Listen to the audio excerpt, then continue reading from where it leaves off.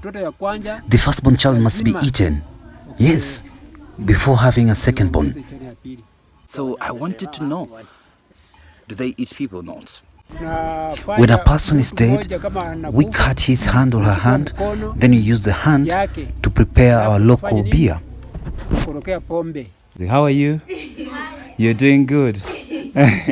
Shaban is taking me to his other house that he's constructing because he's planning to marry another wife.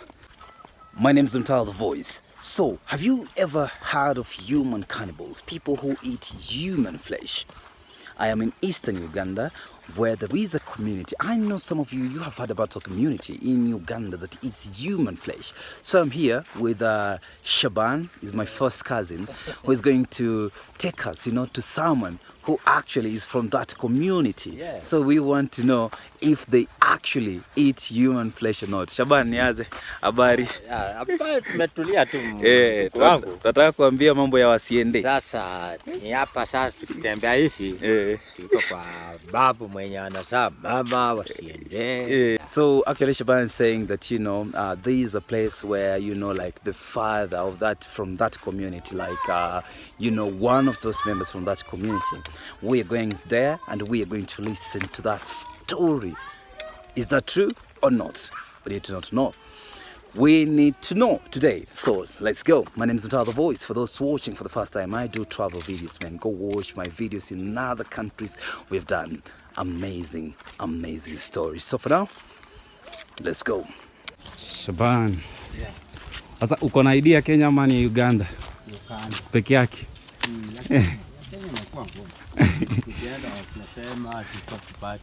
You're not given. So Shaban says that he only have Ugandan ID.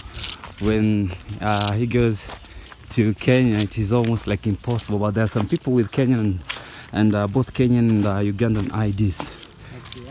Yeah. You wait. Says that when he goes, they say wait. So he wonders until which time. Vienna. Oh. Asante. Mama amejua. Amejua mama. Okay. Ndiye anasa fusindani ananifuata. Oh. Okay. Sasa mimi nimejengea hapa. Kama mimi mwenyewe nakaa huko juu. Okay. Wow. Ndio. Wow. So we at Shaban's place. So her mother lives here. So he's just told me, he constructed for her mother this beautiful house. Shaban's right there. So this is the mother's place, but his house in the other place. It's all amazing. Actually, this is my first time here, but most of the time you have been meeting with Shaban on the other side of the of the border on the Kenyan side. So I've never been at his place here in Ugandan side. So today he said, hey, come, you see where I live, you see where my mother lives, and it's been amazing. Okay, so we're leaving to Shaban's place. Oh. Hola, cobra. Yeah. So you're saying she never knew that actually my mother had children for my age. Basically, she's saying time has gone so fast, so she was worried. Actually, she was preparing tea, but we said we will come back another day. So because we are going to visit Shaban's place, so that's why we had to proceed on. But it was warm and amazing. Oh, here. Oh, kahawa. Oh, so Shaban is telling me this is his coffee. Robusta. These are Robustas, not Arabica. There are two types of coffee. There is Robusta one and Arabica. So these are Robustas, one being planted. So going to Shaban's place now. Wow. So we have arrived at Shaban's place. Oh, hii imezaliwa juzi. Very nice. Wow. Okay, asante. Thank you. I was just asking Shaban if this was just born the other day. So we have arrived at Shaban's place. Wow. So we have already arrived at Shaban's place. Shaban is right there. We are in his beautiful house. So Shaban is actually an LC1, and an LC1 is equivalent to a sub-chief in Kenya. So in Uganda is LC1. Is it ni kama councillor ama chief? Huyo anaitwa councillor. Councillor. Sasa pia ni you are assistant councillor. Yeah. Oh, so but what is it all about, like nini nahusika kunini? Sasa mimi kama nimefanya nini mtu amekosea mtu kuja kwangu nimenishinda na sukuma kwa huyo mkubwa. Kutoka kwa huyo naenda kwa polisi. Okay. So what Shaban is saying, like if there is a problem, he's the one to solve first of all, but if maybe he's not in a capacity to solve, now he goes to the next person now who is senior LC2. So that's what he does. He's an like a sub chief in the Kenyan standards. Wow, that's nice. Nafanyanga hivyo. Kupiga magoti ukisalimia. Oh. So she's actually saying that they kneel, like when you're greeting someone you kneel. That is like their culture. So maybe to someone else, he might look at it as disrespectful, but that's not so. That's just a culture. Ati shamba ilikuwa ya babu. It was for the grandfather. Walikuwa wasee watatu. Okay.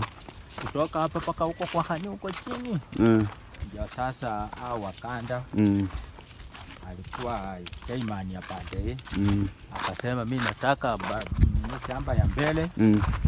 Ni mpaki nyuma. Wasee wakakataa. Wow.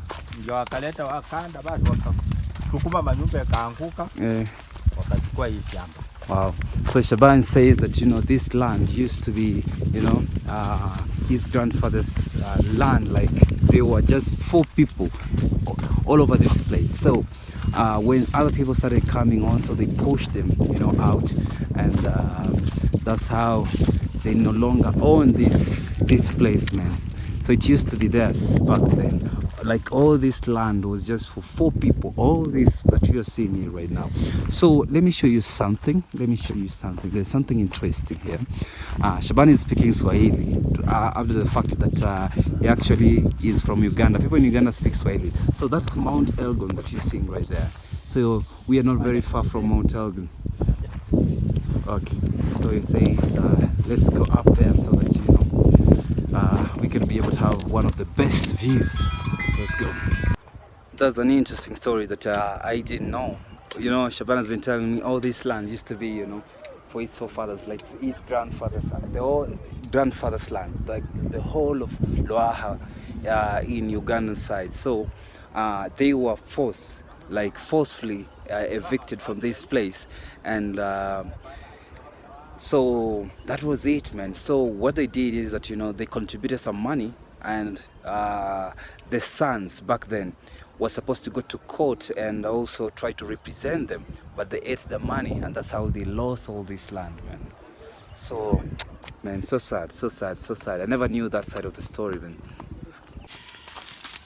So there is an interesting story that Shaban is taking me to a place where I can get someone who knows that story very well. So I won't tell you, but let's go. You're going to like it.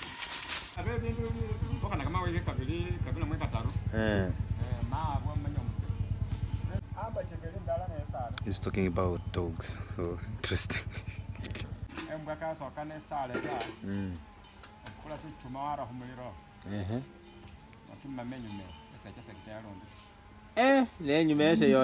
know what he was saying is that if you want your dog not to give birth again, so what you do, you take a metal rod, you put it on fire.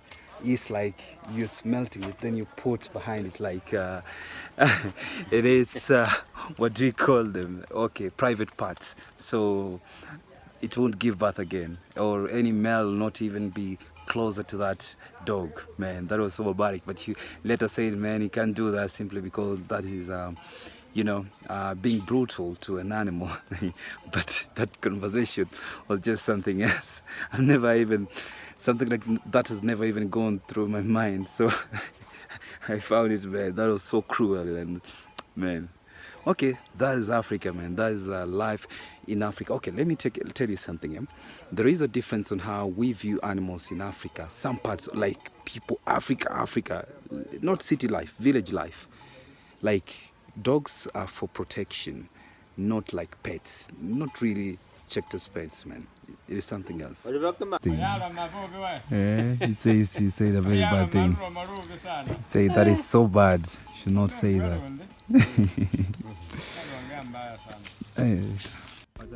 Let's start with the introduction. What's your name? My name is Basani Abdu Mulongo, alias Horia. I want to know, does this community of Basiende eat people or not? This community of Basiende, even I myself, I come from Basiende. I am a Basiende, but here we are called Basibende. This sides were called Basibende, but we were called Basiende back then. With us, we don't eat people. But what you do when a person dies, we cut his hand, then we use the hand to prepare our local beer. That's what we do here. Yes. So people saw that and they changed and said, oh, we are eating people, but we don't eat people. But we just love people. We love everybody. Even if he's a mad person, we just love that person. We just use the dead person's hand to prepare the liquor or the alcohol. Because when you use the human hand, it makes the alcohol sour and people are happy. They start fighting because it makes the alcohol so nice. What makes the beer so sweet when you use the hand? When you're using that hand of a dead person to stir the alcohol, what does resemble? Now, you know that hand, when you use that hand, that right hand, these fingers, when you use it to prepare, then you add, sorghum, it makes the alcohol so nice.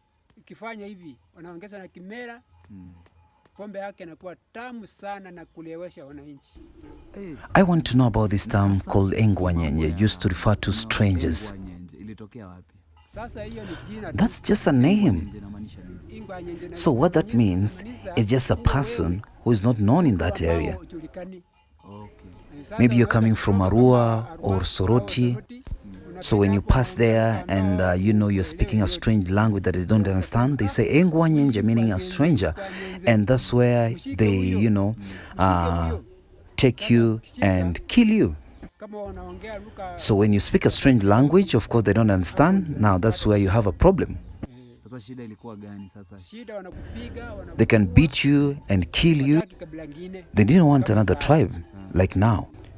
Just like now, someone can make a mistake here and goes to Kenya. They say this is a Gishu person from Uganda. We don't want a Gishu person here. What about this dagger that you used to be called Lurima? You know that dagger was similar like that one to the Somalis or the Kalenjins, That is the one called Lurima here. If they find you, they just kill you. Even Basiende themselves, they kill you. Like it doesn't matter if you're a bad person or sometimes you just like quarreling or maybe if you're a witch. It doesn't care. It doesn't matter actually. They just kill you. What happens after killing the person? They don't eat. They just take the hand. They cut it. But they don't eat people like, roasting people. No. They don't do that. But for preparing alcohol, that is okay. What about that liquor when there is no that hand to prepare it? What happens? I want to know.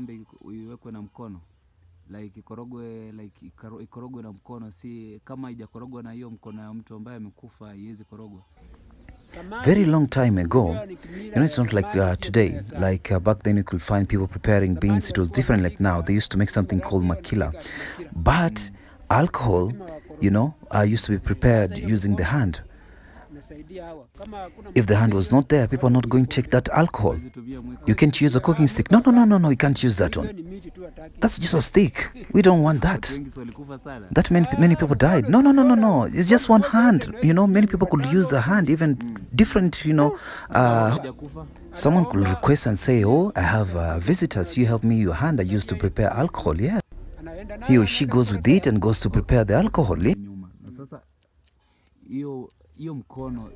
And I want to know, that hand, was there a specific person that the hand was cut, or just a random? It was mostly old people, like who are 80 years and above. Was it not smelly? It was dry. It was dry. It was dry. Even sometimes they could exhume, the hand from the grave, yeah. So you mean they go to the grave and exhume the hand? I just want to know, or how did they used to do? They just cut the hand and the body is buried. The person is buried and the hand is dried, They just put that aside like maize. They dry it up at the millet store or maize. They just put it there and it dries up, When the rain comes, they remove it until it dries up properly. And does it still have a skin? The skin is there, it dries up. Even though there's an old man here who was very sick totally. His hand, was amputated, so it stayed for close to 5 months. When he died, he was buried with his hand.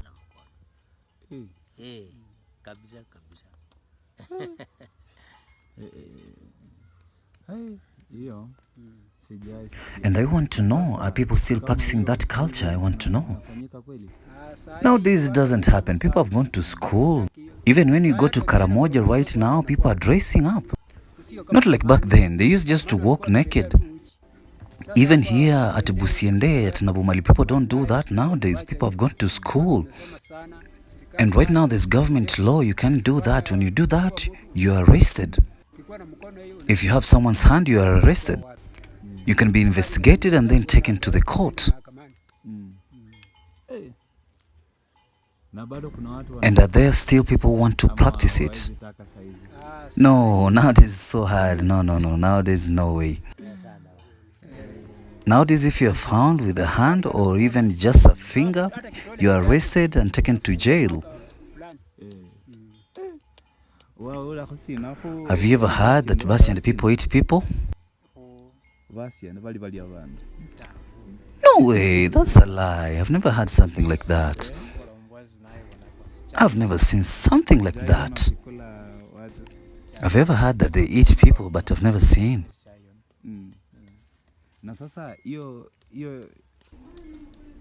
And how does the human flesh taste? How does it taste, the human flesh? The human flesh? No, human flesh cannot be eaten. When you hear people saying we used to eat people, they saw bamboo roots. Now when that bamboo roots are dry, it looks like, human hand. Yeah. So when they saw us eating the kamalea, the bamboo roots, they said we are eating humans. Even in Kenya right now, they eat bamboo roots. Ugandans were the first people to eat the bamboo roots.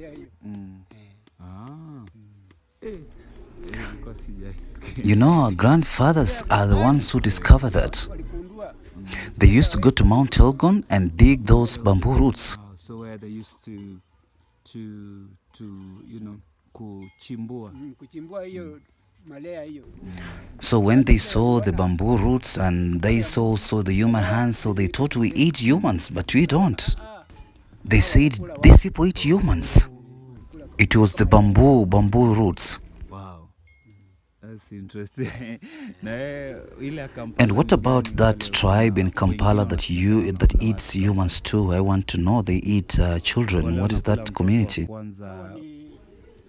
Those are the Alur people. The firstborn child must be eaten before you have the secondborn. Yeah.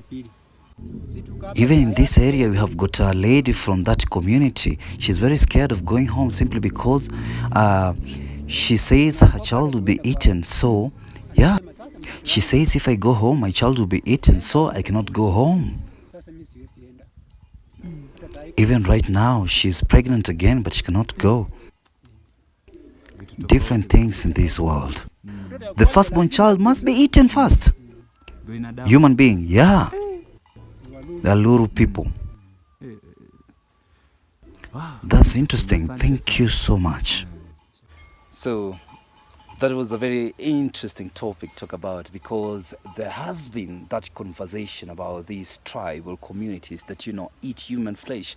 And today, I've conversed here with Mzee here, and they have actually clarified on the same. So I wanted to know, do they eat people or not? That has been the question. And that's why I've been, moving all over, like searching these beautiful stories so that to share with you guys. Don't forget to check my stories in other countries. Go check my stories in Tanzania, in Rwanda, Uganda. I've been to Kampala, I've been to Jinja. At the same time, we are moving to the next country as we share beautiful stories about Mother Africa. And that's it. He has said they don't eat human flesh. So what they do is that when a person is dead, or a person maybe is a nuisance to the community, one of his hand is cut and dried up and then used to stir the alcohol or the local brew so that it can be sweeter or tastier. That's it. What do you say? Tell me in the comment section what you think about that. Is it okay on your side or not? I need to know. My name is Mtala the Voice, and these are amazing people. So I think we should go, and also apart from the story of Basiende in eastern Uganda, I also think about when I come back again to Uganda, I'll be going to this community called Alulu, as he has said, so that we hear from, the horse's mouth if they actually eat the firstborn child. Interesting. Wow, so that is a candid. I'm coming from that side. So, wow. That's a story and a half, man. That's a story and a half. Wesile here is the one guiding me today here. It was very interesting. Now we are going to this place. How are you? We are good. I see you having students learning so well. Yeah. Which language are you teaching them? Which subject? Reading. Reading. Wow, that's so amazing. How are you? You're doing good. Oh, thank you so much. Yeah. Oh, so the school belongs to Shaban here. Wow. The school belongs to this man. Amazing. Good job. Ugandans have a very interesting culture of kneeling, ladies kneeling. And I just wondered. So I came to Shaban's place, prepared some lunch here. Then so amazing. Thank you.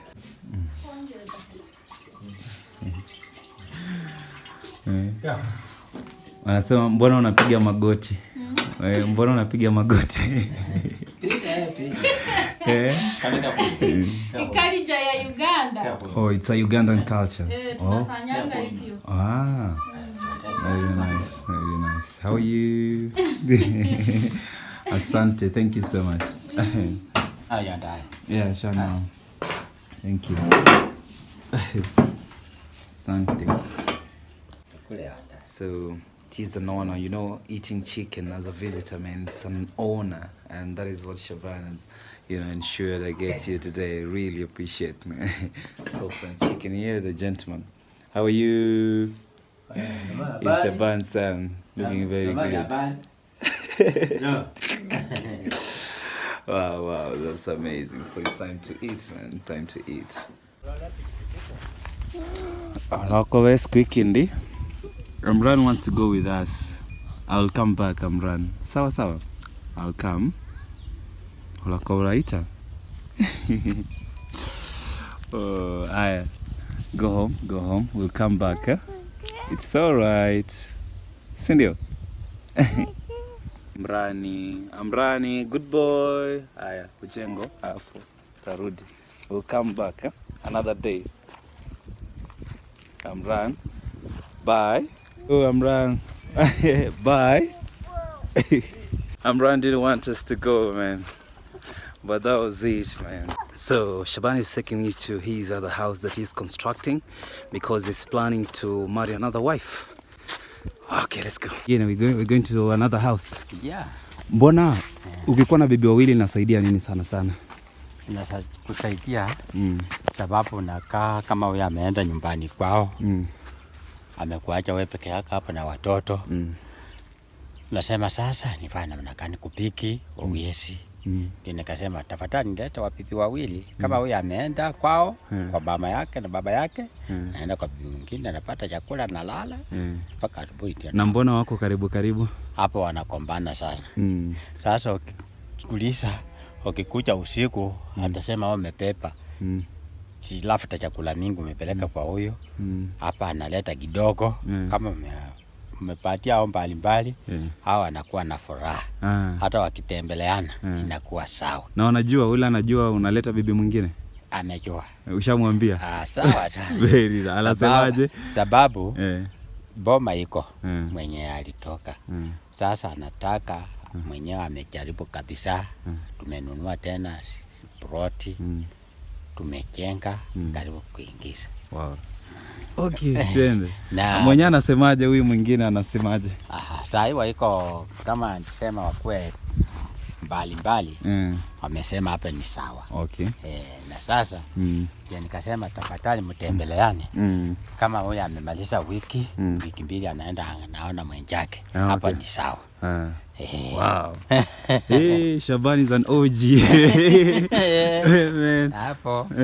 Hata ikikuwa kitu huko anasema acha nipelekeeko watoto ya semeji yangu huko. Wow. Huyo naye kwako akitoa kwao analetea mwingine. Sawa. Wow. Nakuwa tu hivi.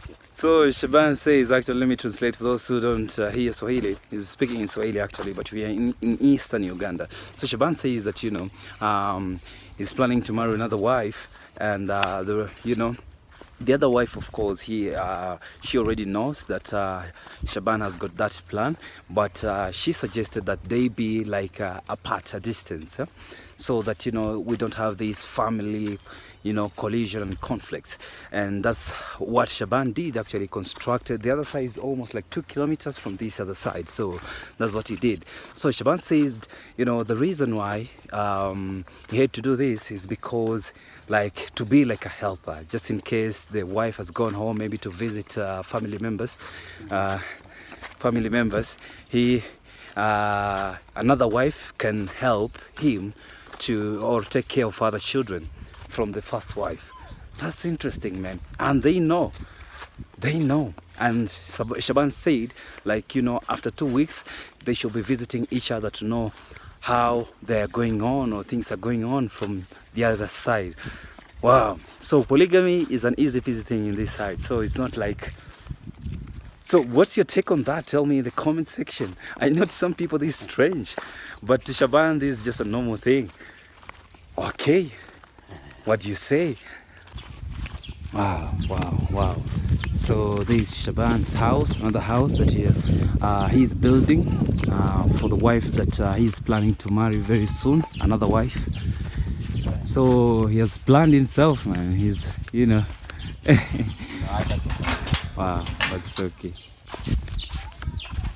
So he has forgotten the keys. It was just abrupt. He wanted just to show me the other, his other projects, man. So nice. Look at it, Shaban's house. He's planning fast before marrying another wife. So he's building this house here right now. Wow. Shaban. It's a very big house. Ni nyumba ngapi? Ni room ngapi? Ndani. Hii ndani iko room 4 na 4 bedroom.